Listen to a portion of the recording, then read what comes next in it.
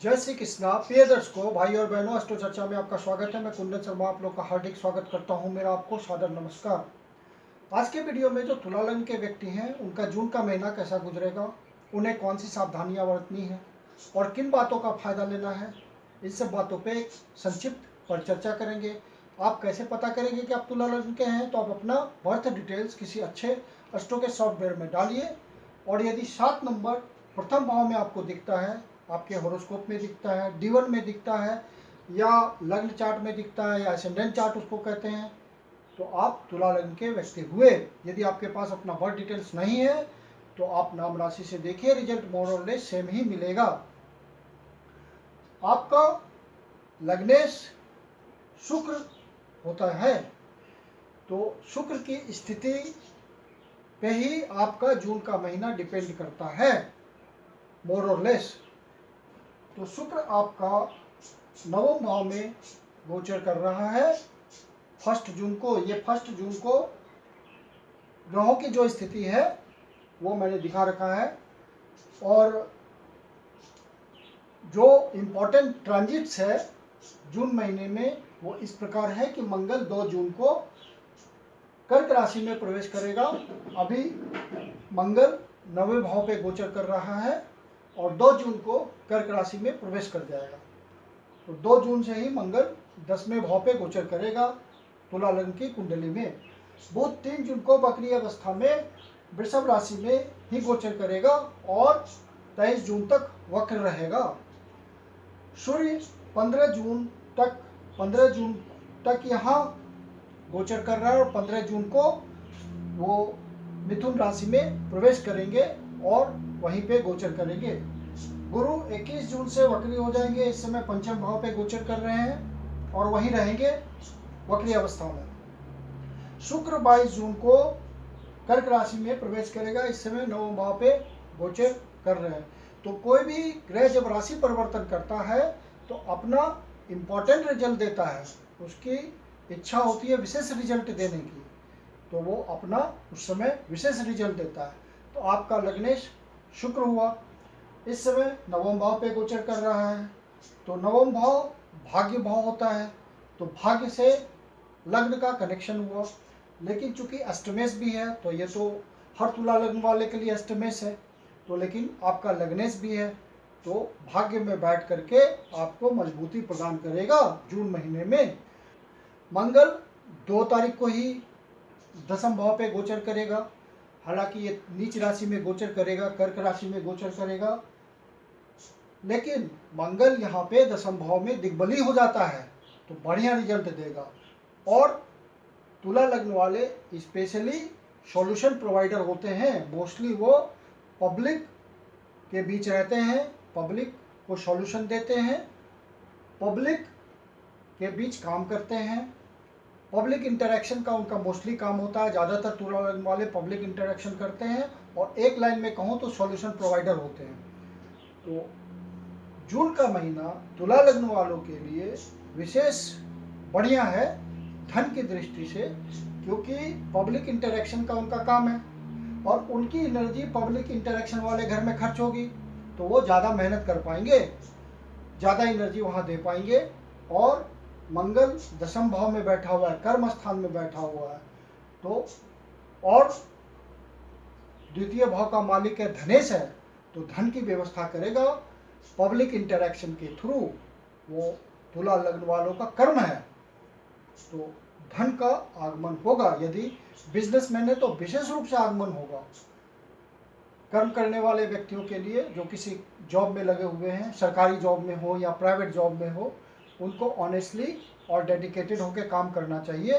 तो जून महीने में धन की प्राप्ति होगी, किसी तरह से हो सकती है वो, क्योंकि सूर्य अष्टम भाव में है, साथ में लाभेश भी है, तो यदि बढ़िया बैठा होगा कुंडली में तो धन का लाभ करा देगा, किसी तरह का इच्छा पूर्ति करा देगा, फुलफिलमेंट ऑफ डिजायर किसी तरह की हो जाएगी। तो मेनली इस महीने में, जून महीने में व्यक्ति का, तुला लग्न के व्यक्ति का अपना कर्म ही होगा, कर्मयोगी बना रहेगा वो, तो धन आएगा, धन की व्यवस्था होगी। वैसे तो इस समय कोरोना काल है, हर व्यक्ति परेशान है, ज़्यादा होप्स नहीं है, लेकिन ग्रह तो अपना फल देते ही हैं। तो मेरी विनती है आपसे कि कोरोना काल में सारे कोरोना नियमों का पालन कीजिए, अपने स्वास्थ्य की सुरक्षा कीजिए और ज़िंदगी में आगे बढ़िए।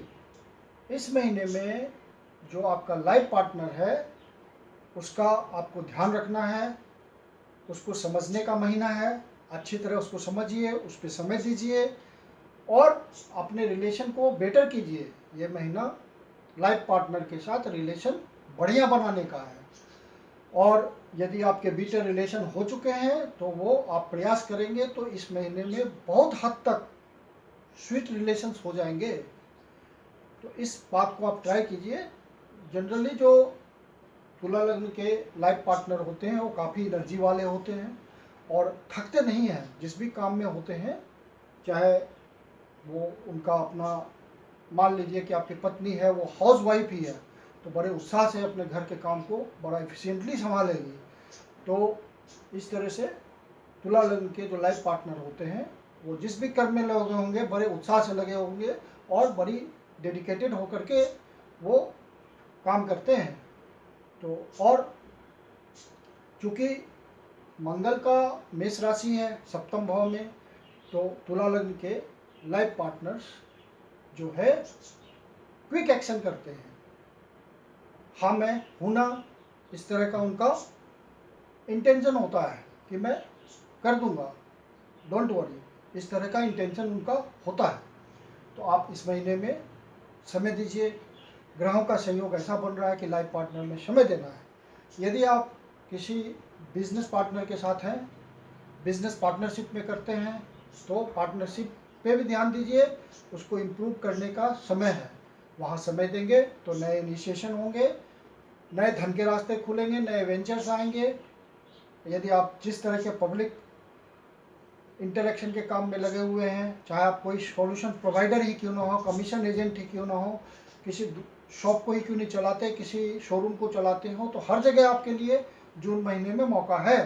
आप उसको इम्प्रूव कर सकते हैं, वहाँ आप एनर्जी लगा पाएंगे और बहुत अच्छे से लगा पाएंगे और मंगल आपको उत्साह देगा और मंगल धन की व्यवस्था करेगा आपके लिए।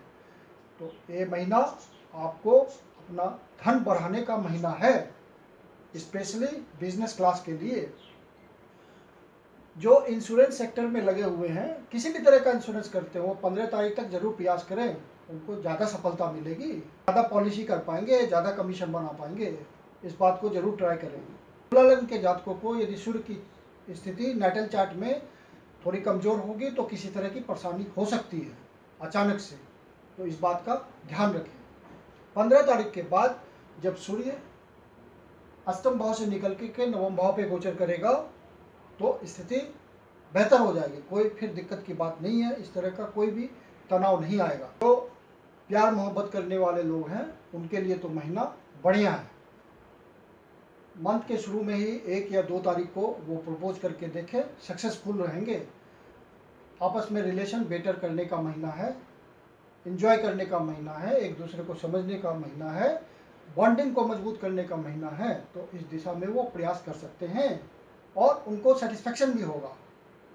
जो स्टूडेंट हैं, पढ़ने लिखने वाले हैं, अच्छे स्टूडेंट, वो पढ़ाई में अपना मेहनत बढ़ा दें क्योंकि रिजल्ट अच्छा मिलेगा पढ़ाई का। तन्मयता से पढ़ पाएंगे और रिजल्ट ले पाएंगे। जितना मेहनत करेंगे उससे ज़्यादा ही रिजल्ट मिलेगा।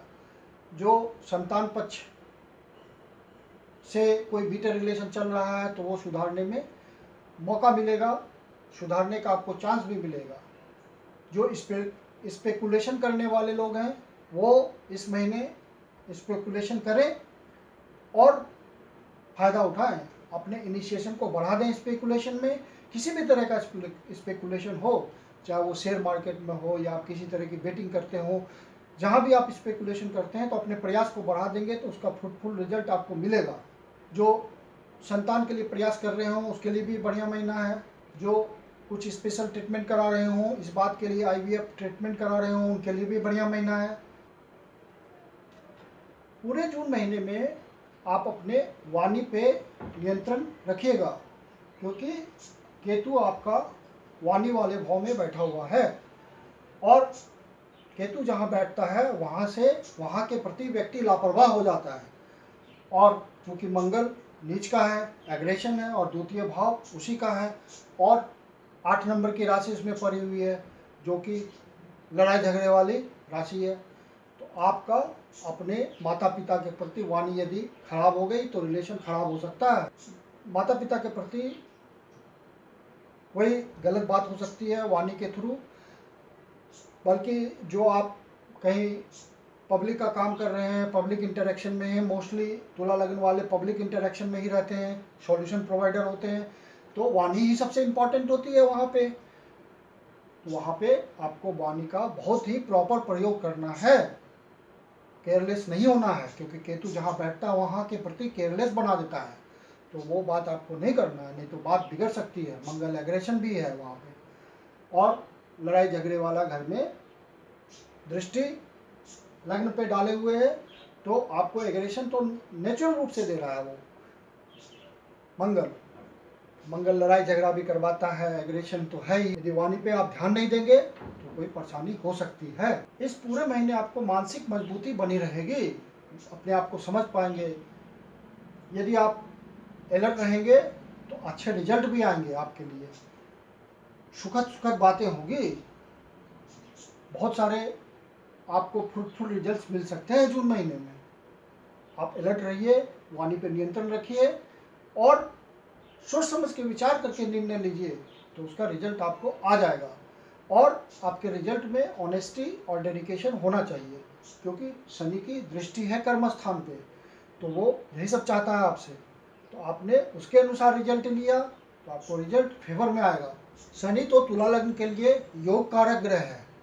शनि तुला लग्न को बहुत अच्छा रिजल्ट देता है। वक्री हुआ है तो तुला लग्न की इच्छा भी पूरी करेगा, वो धीरे धीरे लंबे समय के लिए पूरा करेगा। तो अब आपको सिर्फ यही ध्यान रखना है कि आप ऑनेस्ट हो जाए कर्म के क्षेत्र में, और डेडिकेटेड हो जाए, और पूरे धैर्यपूर्वक काम करें। जो शनि का नेचर है वो आप अपने में ले आए।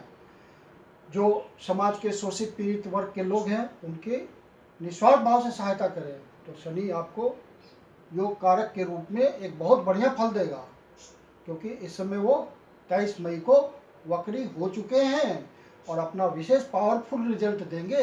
तो इस बात का आपको ध्यान रखना है। हेल्थ के प्रति आपको सावधानी रखनी है, सिर्फ सावधानी रखिए तो कोई खास दिक्कत नहीं है हेल्थ में। जो 50 से ऊपर वाले लोग हैं, उस सेगमेंट के लोग हैं, वो अपना स्वास्थ्य का ध्यान रखें। विशेष करके 3 तारीख, 4 तारीख और 5 तारीख को, इन 3 डेट्स को हेल्थ का विशेष ध्यान रखें। फिर 8 तारीख, 9 तारीख और 10 तारीख को आपको कोई मानसिक अशांति हो सकती है। यदि आपकी कुंडली में नटल चार्ट में चंद्रमा कमजोर है तो किसी तरह का मानसिक कष्ट, मानसिक पीड़ा आपको हो सकती है। कोई बैड न्यूज़ मिल सकता है, कोई आपको अचानक से नेगेटिव बात हो जाएगी जिसका आपको दुख पहुंचेगा। तो यदि ऐसा बात महसूस करते हैं आप, तो विष्णु सहस्त्रनाम का जाप करिए। उन दिनों शिव जी के मंदिर में जा कर के शिवलिंग पे दूध का अभिषेक कीजिए। शिवलिंग में नवग्रह की शक्ति होती है, पॉजिटिव पावर होती है, तो आपको राहत मिल जाएगी। दुर्गा जी की उपासना कीजिए, बल्कि जिनकी कुंडली में चंद्रमा कमजोर होता है उनको दुर्गा जी की शरण में चले ही जाना चाहिए। ये परमानेंट उपाय होता है चंद्रमा को मजबूत करने का। फिर 18 और 19 जून को किसी तरह का आपको मानसिक अवसाद हो सकता है, मतलब डिप्रेशन जैसा आपको महसूस हो सकता है, लेकिन आप उसको मेडिटेशन उन 2 दिनों कर दीजिएगा तो कोई दिक्कत नहीं है, वो आध्यात्मिक उन्नति हो जाएगी। आप उसको पॉजिटिव रूप में ले लेंगे तो आपका स्पिरिचुअल डेवलपमेंट हो जाएगा। उन 2 दिनों में आप महसूस करेंगे कि आपकी आत्मिक उन्नति हुई है। आप उस तरह का प्रयास करिए।